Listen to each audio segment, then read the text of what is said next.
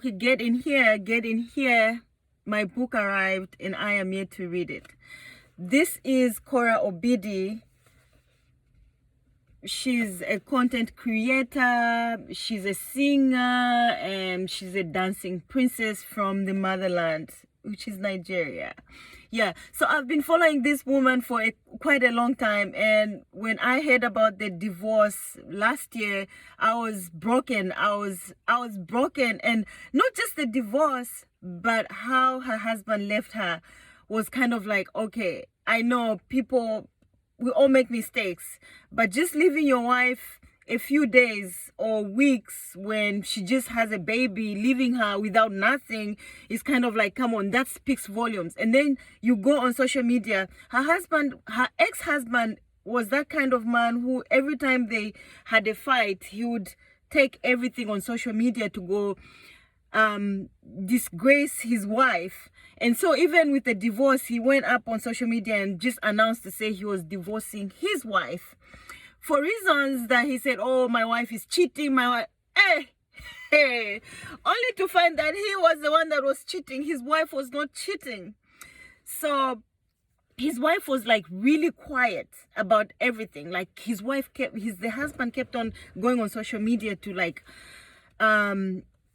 destroy her image, even though they were like, oh, going through the divorce, and only to find out recently that even though he went on social media to announce to say, oh, I'm divorcing my wife,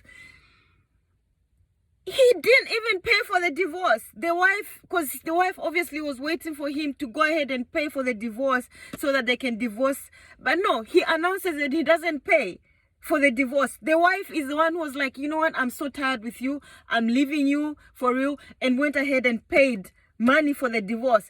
And only to find out that the wife, because she's the one who paid for the divorce, even it doesn't just like make sense. She had to pay, for the divorce. She had to pay the husband for the divorce. Who does that? Like Aunt Millie would say, who died, Mwana wa mai? And so it's kind of like, ever since they divorced, it hasn't been a quiet divorce. And this lady, I kind of give her respect because she was really quiet. Like, she was really quiet, but the husband kept on dragging her and dragging her and dragging her. And I'm like, okay, you asked for the divorce. I've given you the divorce. I've paid you. What more do you want? So now, this guy pressed the wrong button. Pressed the wrong one. And so what now she decided was to write a book. This is called Kora Obidi Unfiltered.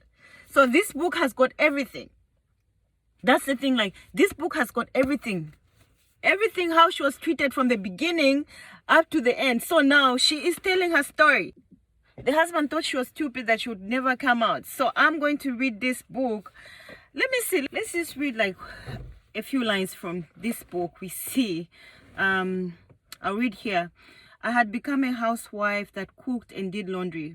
All the dreams that I had brought me to this city were completely shattered, as he always reminded me of how I was no longer a spring chicken.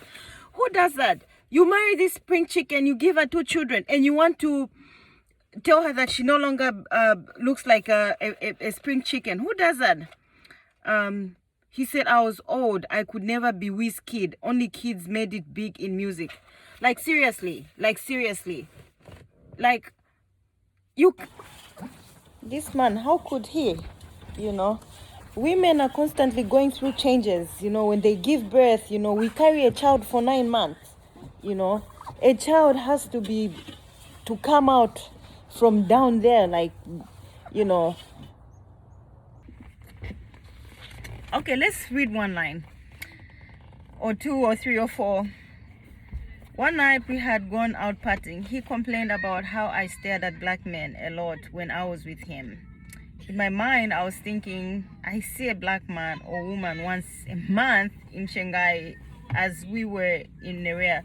Yeah, it's true. Like, even me here in where I stay in Morgan Hill, like, I stare at black men. I look at them. I look at black women because they're rare to find. Like, once you see a black person here, like once in a while. So whether it's a man, whether it's a woman, if I see anyone who's black, I always look. And now my husband also goes like, my husband also tells me, oh look, you know, it's nothing to be jealous about. It's not like once you look at somebody, like you're going to take that person. Yeah. And he says, I gracefully reminded him I had a man, squeezed Mr. J's hand for reassurance, and we walked out of the club.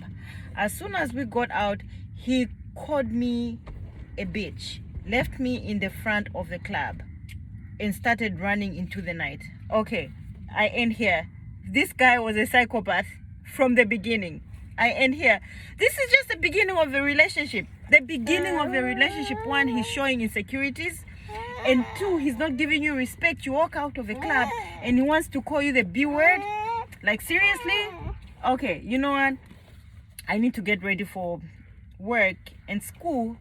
So, yeah. Peace out.